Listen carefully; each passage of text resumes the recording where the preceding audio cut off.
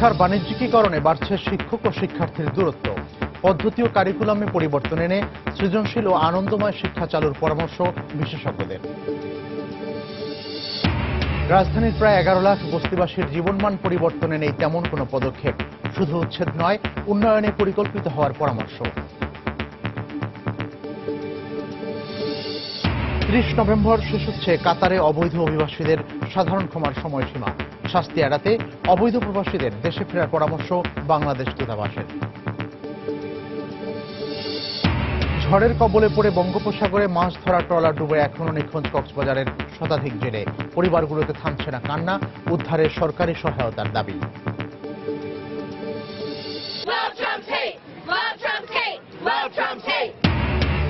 এবং যুক্তরাষ্ট্রের বিভিন্ন অঙ্গরাজ্যে ট্রাম্প বিরোধী বিক্ষোভ অব্যাহত। ওবামা ট্রাম্প বৈঠকের সময় হোয়াইট হাউসের বাইরে বিক্ষোভকারীদের অবস্থান।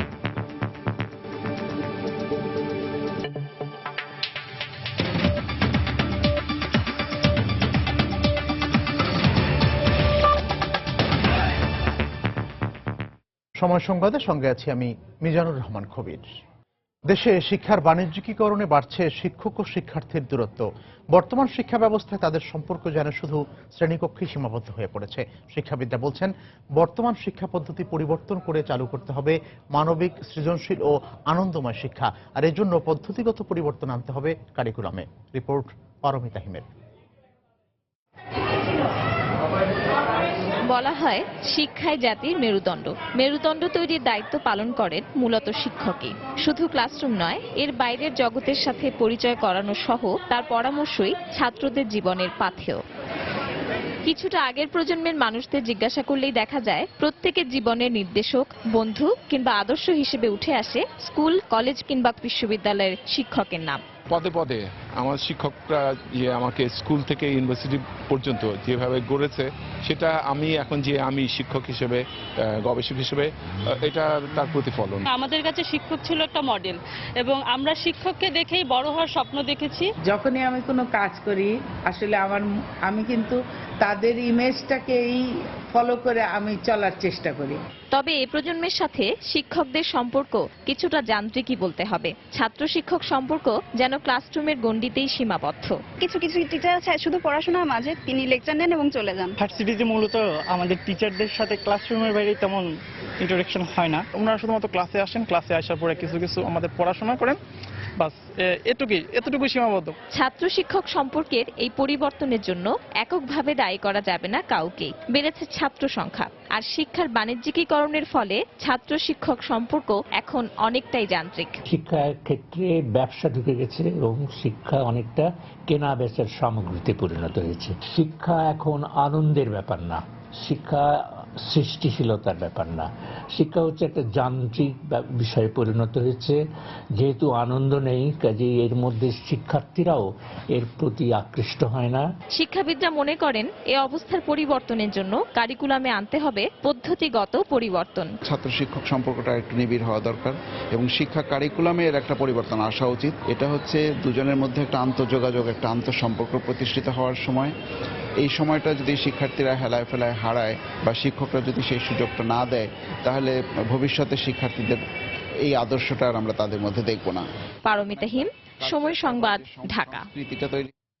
রাজধানীতে প্রায় 4000 বস্তিতে বসবাস করেন প্রায় 11 লাখ মানুষ। বিশাল জনগোষ্ঠীর মৌলিক চাহিদা পূরণ সহ তাদের জীবনমানের উন্নয়নে রাষ্ট্রের তেমন কোনো পদক্ষেপ নেই বলে অভিযোগ বিশেষজ্ঞদের। তাদের মতে, উচ্ছেদের সমাধান না খুঁজে বৃহৎ এই জনগোষ্ঠীর জীবনমানের উন্নয়নে পরিকল্পিতভাবে কাজ করা উচিত সরকারের। আর সিটি কর্পোরেশন বলছে, সরকারের সাথে সমন্বয় করে অপরাধ নির্মূল করা সহ বস্তিবাসীর উন্নয়নে কাজ চলছে। আফজাল হোসেনের রিপোর্টে বিস্তারিত। আমার দাদি অনেক ছোট থাকতে আমার আব্বারে এই রেল লাইনে নিয়ে আসার পরে আমার দাদিতে শুনছি যে খুলনা নাকি আমগো জায়গা আছে। তো আমার আব্বাই বলছিল যে আমগরে নিয়ে যায় জায়গাটা বার করবে, কিন্তু আমার আব্বা মারা গেছে আজকে 5 বছর ধরে। ওই জায়গা আমরা আর বার করতে পারিনি। তার বস্তিতে ঠাঁই হওয়ার পেছনের গল্প। এখানে জীবন ধারণের মৌলিক চাহিদা নিয়ে সমস্যা যেমন রয়েছে, তার চেয়ে বেশি আতঙ্ক তাড়া করে ফেরে উচ্ছেদের। আইনা তো খাওয়া যায় এক জায়গায় বসে, এখন যদি এটাও না থাকে তাহলে তো আর রাস্তায় থাকার জায়গা দিব না। আমার আইডেন্টি কার্ড ছবি মিলিয়ে গেছে, এটা পুনর্বাসন দিব। কোনো কিছু দেওয়া মতো হয় না। এত কষ্ট না করে কেন এখানে থাকা? দেন ঘর ভাড়া লাগে না, পানির সমস্যা, বাথরুম গোসলখানার সমস্যা, চলাফেরার সমস্যা। সারা দেশে মূল আবাসিক ধারণার বাইরে খুপড়ি ঘর বা বস্তিতে বসবাস করেন প্রায় 23 লাখ মানুষ, যার 45% বাস করে রাজধানীতে। রাজধানীতে প্রায় 11 লাখ মানুষ বস্তিতে বসবাস করেন, যাদের প্রত্যেকের জীবনের গল্প একই রকম। তবে প্রশ্ন হচ্ছে বিশাল সংখ্যক এই জনগোষ্ঠীর জীবনমানের উন্নয়নে রাষ্ট্রের ভূমিকা নিয়ে। এটাকে একটা ম্যানেজমেন্টের আন্ডারে নিয়ে আসতে হবে। সে সমাজের অংশ, সেও সমাজের মানুষ, সে সমাজে কাজ করে যাচ্ছে, তার প্রতি দায়িত্ববোধটা আমাকে জাগ্রত করতে হবে। কাউকে উচ্ছেদ করে কোনো সমস্যার সমাধান কখনো হয় না। এটা পেরিফেরিতে তাদের কোনো ব্যবস্থা করলে তাদের জন্য সুবিধা হয়। এছাড়া বস্তিকে ঘিরে অপরাধ জগৎ গড়ে তোলার অভিযোগ নতুন নয়। সামনে গাঁজা নিয়ে বয়ে আছে, গাঁজা টাজা সব ধরনের নিশা বানিয়ে নেবে কি করে। ঢাকা দক্ষিণ সিটি মেয়র বলছেন, অপরাধ নিয়ন্ত্রণ সহ বস্তিবাসীর জীবনমানের উন্নয়নে কাজ করছেন তারা। সমাজ কল্যাণ মন্ত্রণালয় থেকে এই বিষয়টাকে দেখা হয়ে থাকে। আমাদের একটা ডিপার্টমেন্ট রয়েছে, সেখানে বিভিন্ন এনজিওদের সহায়তা, তাদের জীবনমান উন্নয়নের জন্য আমরা কাজ করে থাকি। সেই কাজগুলো চলমান রয়েছে। এ বিশাল জনগোষ্ঠীর জীবনমানের উন্নয়নে একটি সুনির্দিষ্ট কাঠামো প্রণয়নের তাগিদ দিয়েছেন বিশেষজ্ঞরা। আফজাল হোসেন, সময় সংবাদ, ঢাকা। কাতারে অবৈধ অভিবাসীদের 3 মাসের সাধারণ ক্ষমার মেয়াদ শেষ হবে আগামী 30 নভেম্বর। সাধারণ ক্ষমার মেয়াদ শেষে অবৈধভাবে বসবাসের অভিযোগে আটক হওয়া অভিবাসীদের 3 বছরের জেল ও 50,000 রিয়াল জরিমানা করার ঘোষণা দিয়েছে দেশটির সরকার। এ অবস্থায় আইনি জটিলতা এড়াতে নির্ধারিত সময়ের মধ্যেই অবৈধ প্রবাসীদের কাতার ছাড়ার পরামর্শ দিয়েছে বাংলাদেশ দূতাবাস। কাতার প্রতিনিধি আনোয়ার হোসেন মামুনের তথ্য ও ছবি নিয়ে ডেস্ক রিপোর্ট। কাতারে অবৈধভাবে অবস্থান করা বিদেশিদের গেল 1 সেপ্টেম্বর থেকে পরবর্তী 3 মাসের জন্য সাধারণ ক্ষমা ঘোষণা করে দেশটির সরকার, যার মেয়াদ শেষ হবে আগামী 30 নভেম্বর। যেসব বিদেশি নাগরিক 2009 সাল থেকে বেআইনিভাবে কাতারে অবস্থান করছেন, নির্ধারিত সময়সীমার মধ্যে কোনো ধরনের আইনি বাধা ছাড়াই কাতার ছাড়তে পারবেন। আমি কাতারে আসছি 3 বছর। 3 বছর মালিক বেতন দেয় টেবিল করে টাকা নেওয়ার পরে 3 দিন বন্ধ করে দিয়েছে। এরপরে যোগাযোগ করতে পারি নাই, সেই জন্য আমি চলে যেতে চাই। কাতারে 27 মাস কাজ করছি, একটু প্রবলেম হয়েছিল, তো এখন বাংলাদেশ এম্বাসিতে আইসা প্রবলেম সলভ হয়েছে। সাধারণ ক্ষমার সুযোগ কাজে লাগিয়ে অবৈধভাবে বসবাসরত বাংলাদেশি প্রবাসীদের দেশে ফেরত যাওয়ার অনুরোধ জানিয়েছেন কাতার কমিউনিটি নেতারা। বাংলাদেশে যারা অবৈধভাবে আছে তারা দেশে যাওয়াটা উত্তম। এই সাধারণ ক্ষমার মধ্যে, সাধারণ ক্ষমার ডেট 30 নভেম্বর 2016, এর মধ্যেই চলে যাওয়া উত্তম। এবং ফাইন্যান্সিয়াল যদি তাদের কোনো সমস্যা থাকে, আমরা কমিউনিটি যারা আছি আমরা তাদেরকে সাহায্য সহযোগিতা করব। যেসব অবৈধ বাংলাদেশি কাতার ছাড়তে চান তাদেরকে 30 নভেম্বরের মধ্যে কাতার ত্যাগ করতে বিজ্ঞপ্তি প্রকাশ করেছে বাংলাদেশ দূতাবাস। বাংলাদেশি শ্রমিক সহ অন্য দেশের শ্রমিকরা যারা অবৈধ আছেন তারা যদি চলে যান নিজ নিজ দেশে, তাহলে কাতার কোনো বাধা দেবে না এবং তাদের বিরুদ্ধে কোনো পদক্ষেপে দেবে না। এবং যেটা আসল কথা হলো, তারা আবার কিন্তু বৈধ শ্রমিক হিসাবে যে কোনো সময় কাতারে প্রবেশ করতে পারবে এবং আমরা এমবাসির পক্ষ থেকে প্রয়োজনীয় সহযোগিতা প্রদান করে যাচ্ছি। কাতারে অবস্থানরত অবৈধ বিদেশি নাগরিকদের নিজ নিজ দেশের দূতাবাস থেকে ট্রাভেল পারমিট ও বিমানের টিকিট সহ প্রতি রোববার থেকে বৃহস্পতিবার দুপুর 2টা থেকে রাত 8টার মধ্যে সিলা সফরজেল সার্চ অ্যান্ড ফলো আপ ডিপার্টমেন্টে যোগাযোগ করতে বলেছে কাতার কর্তৃপক্ষ। সময় সংবাদ, কাতার। সময় সংবাদে আরো থাকছে, বগুড়ার মাঠে মাঠে চলছে ধান কাটা ও মাড়াই উৎসব। ব্যস্ত সময় পার করছেন কিষানি, চলছে নবান্ন উৎসবের প্রস্তুতি।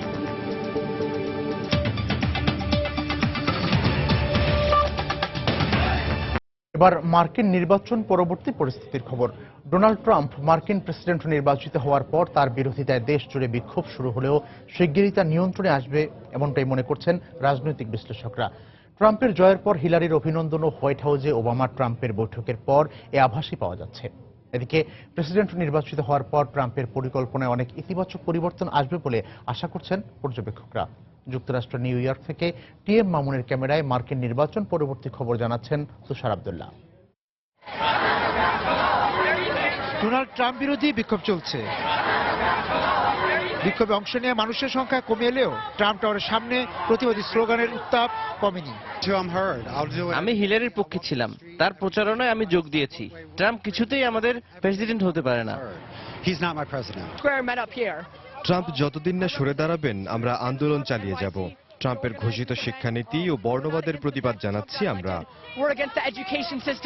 বিশ্লেষকেরা অবশ্য বলছেন বিক্ষোভের উত্তাপ যুক্তরাষ্ট্রের শীতকাল আসার আগে নিভে যাবে। ফল ঘোষণার পর হিলারির বক্তব্য এবং হোয়াইট হাউসে ডোনাল্ড ট্রাম্পকে বারাক ওবামার বরণ সেই ইঙ্গিতই দেয় তারা এখন পরাজয়ের পোস্টমর্টমের দিকে নজর দেবে।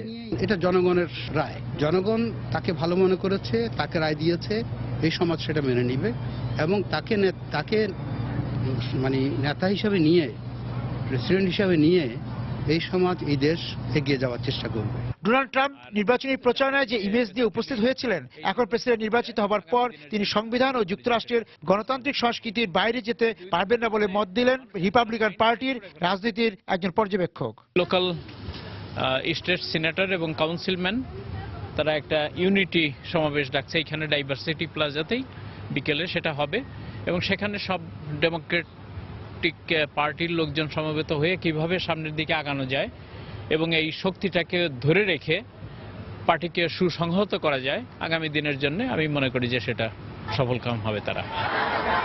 মার্কিন যুক্তরাষ্ট্রের রাজনৈতিক বিশ্লেষকরা বলছেন যে ডেমোক্রেটদের এখন আত্ম অনুসন্ধানের কাজ শুরু করা প্রয়োজন, যে কি করে একটি সম্ভাব্য বিজয় পরাজয় রূপ নিল এবং তাদের লক্ষ্য স্থির করা উচিত 2018 সালে যে কংগ্রেসের নির্বাচন হবে সেখানে ডেমোক্রেটদের আবার প্রাধান্যকে ফিরিয়ে আনতে হবে। একই সঙ্গে তারা বলছেন যে ডোনাল্ড ট্রাম্পকেও পর্যবেক্ষণে রাখার প্রয়োজন আছে, যে ডোনাল্ড ট্রাম্প এই যে মার্কিন যুক্তরাষ্ট্রের যে গণতান্ত্রিক ঐতিহ্য, সেই গণতান্ত্রিক ঐতিহ্য কতটা অক্ষুণ্ণ রেখে কাজ করতে পারেন সেই দিকটিও উপরও কিন্তু নির্ভর করছে মার্কিন যুক্তরাষ্ট্রে রিপাবলিকান এবং ডেমোক্রেটদের আগামী দিনের রাজনীতি। তুষার আব্দুল্লাহ, সময় সংবাদ, নিউ ইয়র্ক। এদিকে বিভিন্ন অঙ্গরাজ্যে ছড়িয়ে পড়া ট্রাম্প বিরোধী বিক্ষোভ অব্যাহত রয়েছে। বৃহস্পতিবার ট্রাম্প ওবামার বৈঠক চলাকালে হোয়াইট হাউসের বাইরে বিক্ষোভ ও অবস্থান কর্মসূচিতে জড়ো হয়ে ট্রাম্পের বিরুদ্ধে স্লোগান দেন বিভিন্ন বয়সী মানুষ। বিক্ষোভের সময় ট্রাম্প বিরোধী বিভিন্ন স্লোগান লেখা প্ল্যাকার্ড ও ব্যানার বহন করে বিক্ষোভকারীরা। ওয়াশিংটন ডিসির পাশাপাশি বৃহস্পতিবার সকাল থেকেই California, Maryland, Tennessee, Arizona, Texas, Oregon, Illinois সহ বিভিন্ন রাজ্যে ট্রাম্প বিরোধী বিক্ষোভ শুরু হয়। বুধবার থেকে চলায় বিক্ষোভের ব্যাপকতা বেড়েই চলেছে। ক্যালিফোর্নিয়ার লস অ্যাঞ্জেলেসে বিভিন্ন স্কুল কলেজের শিক্ষার্থীরা পৃথকভাবে বিক্ষোভের পাশাপাশি রাস্তা অবরোধ করেও রাখে।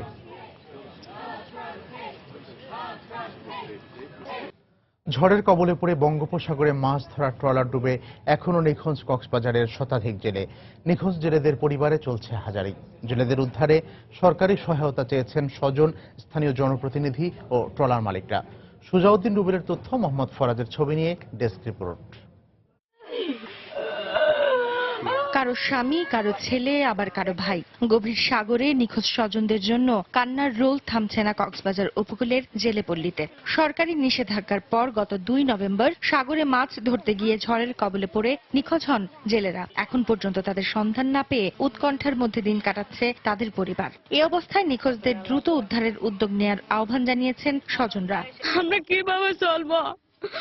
আমার স্বামীর কি বেঁচে আছে কি মরে গেছে আমরা জানি না। আমরা এক বার্তা চাই। আমার ছোট ছোট বাচ্চা, আমি লেখাপড়া কি করে করবো ওদেরকে? আমি সরকার থেকে শুধু সাহায্য চাই, আমাদের স্বামীকে আনতে হবে। আমরা এখন অনেক অসহায়। আজকে নদী পর্যন্ত কোনো খোঁজখবর আসি না। আমি ছেলে নিয়ে কি করব? কক্সবাজার শহরতলির জেলেপল্লী মধ্যম কুতুবদিয়াপাড়া এই এলাকায় এখন পর্যন্ত নিখোঁজ রয়েছেন 80 জনের বেশি। স্থানীয় জনপ্রতিনিধি তাদের উদ্ধারে তৎপরতা বাড়ানোর দাবি জানিয়েছেন। ইতিপূর্বে 2টা ট্রলার করে 60 জনের মতো লোক এসেছে। সকলের বিশ্বাস জেলেগুলি এখনো পর্যন্ত অতই সাগরে ভাসমান অবস্থায় আছে। ট্রলার মালিক সমিতির নেতা জানালেন, বিষয়টি জেলা প্রশাসনের মাধ্যমে সংশ্লিষ্টদের অবহিত করা হয়েছে। যদি হেলিকপ্টার দিয়ে যদি খোঁজা হতো তাহলে আমার মনে হয় যে অনেক জীবিত অথবা মৃত উদ্ধার করা সম্ভব হতো। জেলা প্রশাসকের দেয়া তথ্য মতে দুর্যোগের কবলে পড়ে 9টি ট্রলার সহ 2 শতাধিক জেলে নিখোঁজ ছিল। গত বুধবার নৌবাহিনী উদ্ধার করে 12 জনকে, আর নানাভাবে উদ্ধার হয় 3টি ট্রলার সহ 60 জন জেলে। সময় সংবাদ, কক্সবাজার। বদলে যাচ্ছে এবার বরিশাল বিশ্ববিদ্যালয়ের প্রচলিত ভর্তি পদ্ধতি। থাকছে না সাধারণ জ্ঞানের গতানুগতিক প্রশ্ন, পরীক্ষা হবে এইচএসসির সিলেবাসেই। এছাড়া বিভাগ পরিবর্তনের ইউনিট বাদ দেওয়া হয়েছে। এ প্রক্রিয়ায় পরীক্ষার্থীর মান যাচাই যথাযথভাবে সম্ভব বলে মনে করছেন বিশ্ববিদ্যালয় কর্তৃপক্ষ। প্রতি আসনের বিপরীতে এবার আবেদন পড়েছে 18টি। মাহমুদুন নবীর তোলা ছবিতে আরো জানাচ্ছেন ফেরদাউস সোহাগ। 2011-12 শিক্ষাবর্ষে বরিশাল বিশ্ববিদ্যালয়ে স্নাতক শ্রেণীতে প্রথম ভর্তি পরীক্ষা অনুষ্ঠিত হয়। দেশের অন্যান্য পাবলিক বিশ্ববিদ্যালয়ের অনুকরণে তখন থেকে সাধারণ জ্ঞানের প্রশ্ন করা হয় ভর্তি পরীক্ষায়। এছাড়া বিভাগ পরিবর্তনের নামে ঘ ইউনিট চালু করা হয়। তবে এবার ভর্তি পরীক্ষায় সাধারণ জ্ঞানের গতানুগতিক প্রশ্ন বাদ দেওয়া হয়েছে। একই সাথে থাকছে না ঘ ইউনিটও। পরীক্ষায় প্রশ্ন করা হবে এইচএসসির সিলেবাস অনুসারে। এই প্রক্রিয়ায় পরীক্ষার্থীর মান যাচাই যথাযথভাবে সম্ভব বলেই আমি মনে করি। সময়ের দাবি অনুসারে বরিশাল বিশ্ববিদ্যালয় সিন্ডিকেট ও একাডেমিক কাউন্সিল পরীক্ষা পদ্ধতি পরিবর্তনের সিদ্ধান্ত নিয়েছে বলে জানালেন ট্রেজারার।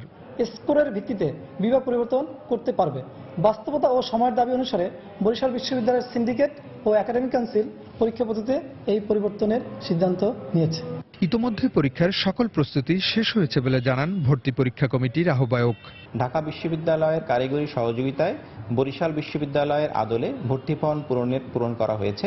আবেদনকালে বিষয় পরিবর্তন ইচ্ছুক শিক্ষার্থীরা সফটওয়্যারে শাখা পরিবর্তন লিঙ্কে ক্লিক করে বিষয়টি নিশ্চিত করেছে। বরিশাল বিশ্ববিদ্যালয়ে এবার আবেদনকারীর সংখ্যা 24,391, আসন আছে 1,345টি। পরীক্ষা অনুষ্ঠিত হবে 18-19 নভেম্বর। ফেরদাউস সোহাগ, সময় সংবাদ, বরিশাল। সময় সংবাদে আরো থাকছে, বিশ্বকাপ বাছাই পর্বে চিরপ্রতিদ্বন্দ্বী আর্জেন্টিনাকে 3-0 গোলে হারালো ব্রাজিল। পয়েন্ট টেবিলের শীর্ষস্থান অক্ষুণ্ণ থাকল নেইমারের দলের।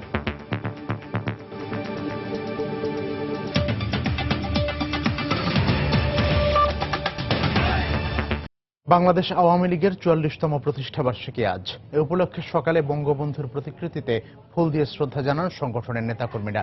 এ সময় উপস্থিত ছিলেন যুবলীগের চেয়ারম্যান ওমর ফারুক চৌধুরী সহ অন্যান্য নেতাকর্মী। এতে রাজধানীর বিভিন্ন থানা ওয়ার্ডের নেতাকর্মীরা অংশ নেন। পরে বনানী কবরস্থানে সংগঠনের প্রতিষ্ঠাতা ফজলুল হক মনি ও বঙ্গবন্ধু পরিবারের সদস্যদের কবরে ফুল দিয়ে শ্রদ্ধা জানানো হয়। মাঠে মাঠে চলছে ধান কাটা ও মাড়াইয়ের উৎসব। কয়েকদিন পরে নবান্ন। নতুন ধানে পিঠা, পুলি, পায়েস আর মুড়িমোয়া সহ নানান খাবার তৈরি হবে। বাড়িতে বাড়িতে আমন্ত্রিত হবেন আত্মীয় স্বজনরা। তাই ব্যস্ত সময় পার করছেন গ্রামের কৃষাণীরা। তবে আগের দিনের নবান্ন উৎসব এখন অনেকটাই ফিকে হয়ে গেছে বলে মনে করেন প্রবীণরা। বিস্তারিত মাজেদুর রহমানের রিপোর্টে, ছবি তুলেছেন রবিউল ইসলাম। দোল খাওয়া পাকা ধানে সোনালী মাঠের মতো কৃষকের মনও হয়ে উঠেছে অনেকটা ফুরফুরে।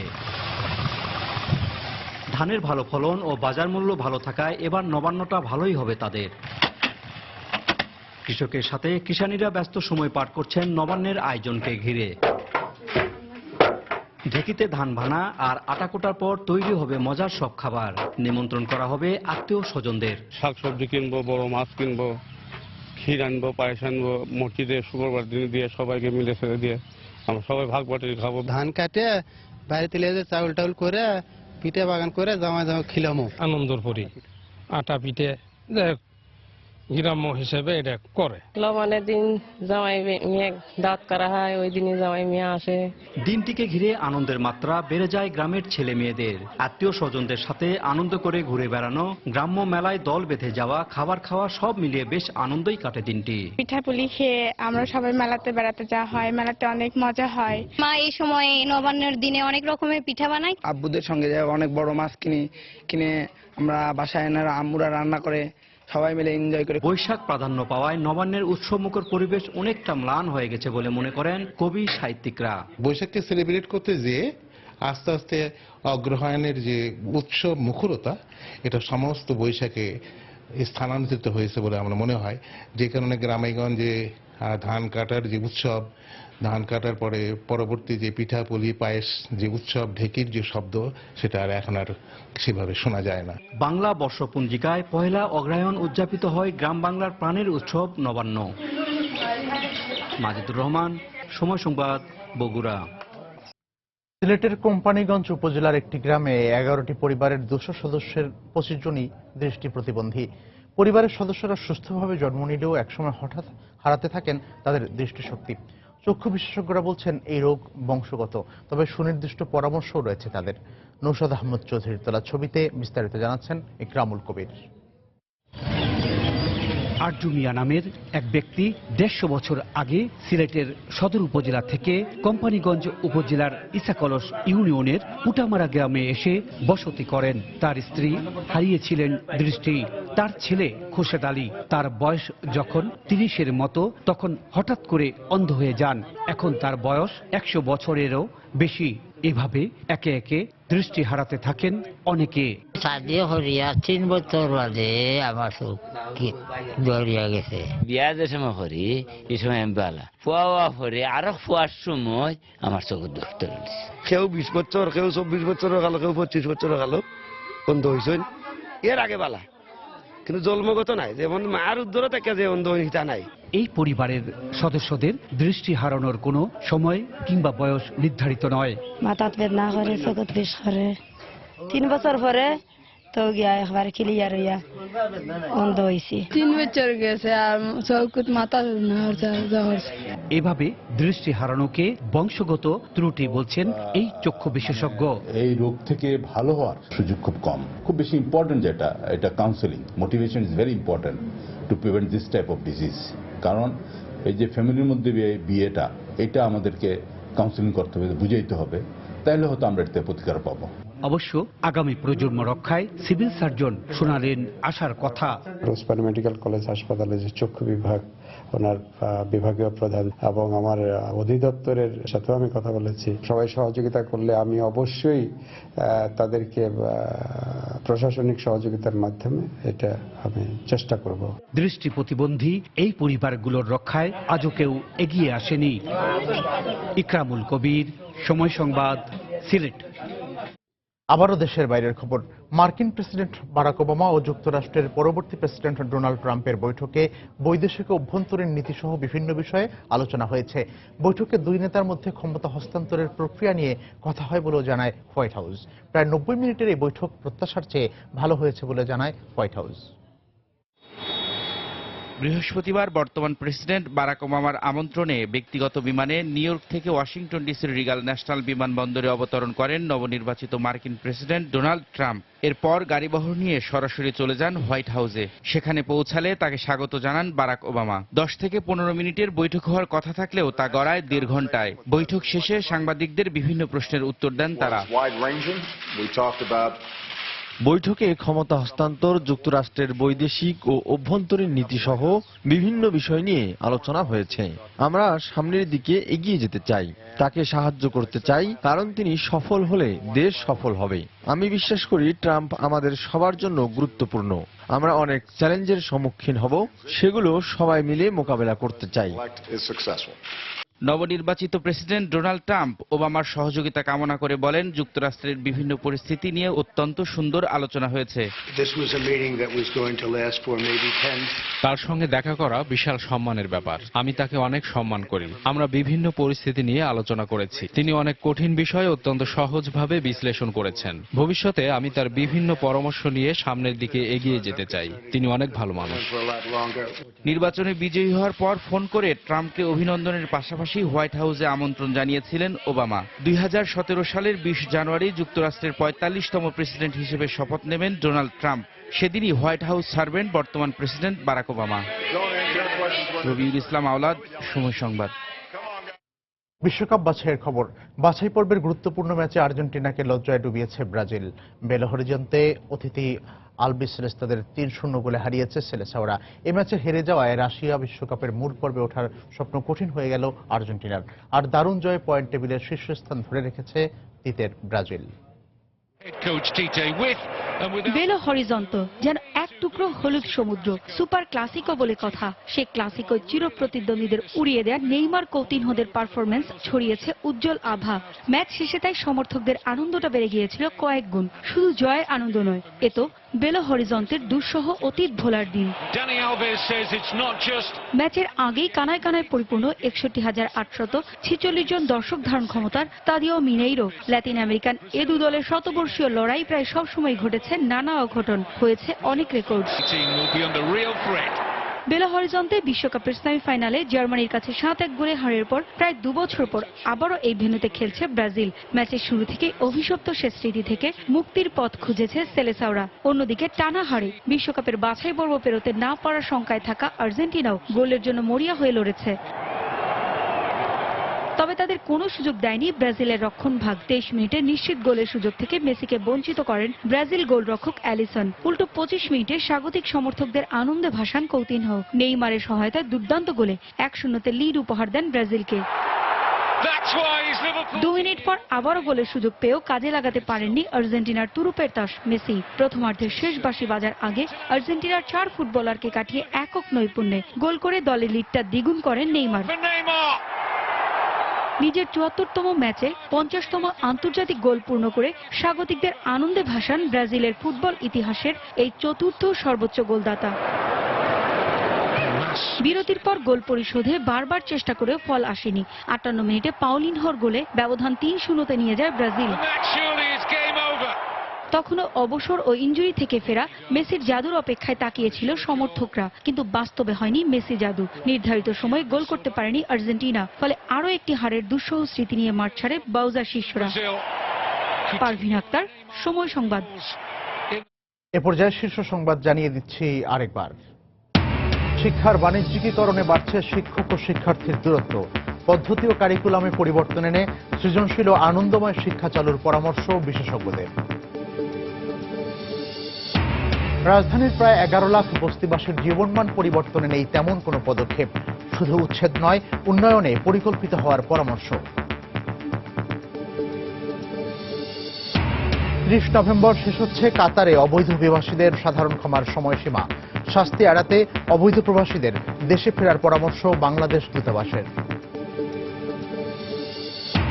ঝড়ের কবলে পড়ে বঙ্গোপসাগরে মাছ ধরার ট্রলার ডুবে এখনো নিখোঁজ কক্সবাজারের শতাধিক জেলে। পরিবারগুলোতে থামছে না কান্না, উদ্ধারে সরকারি সহায়তা দাবি।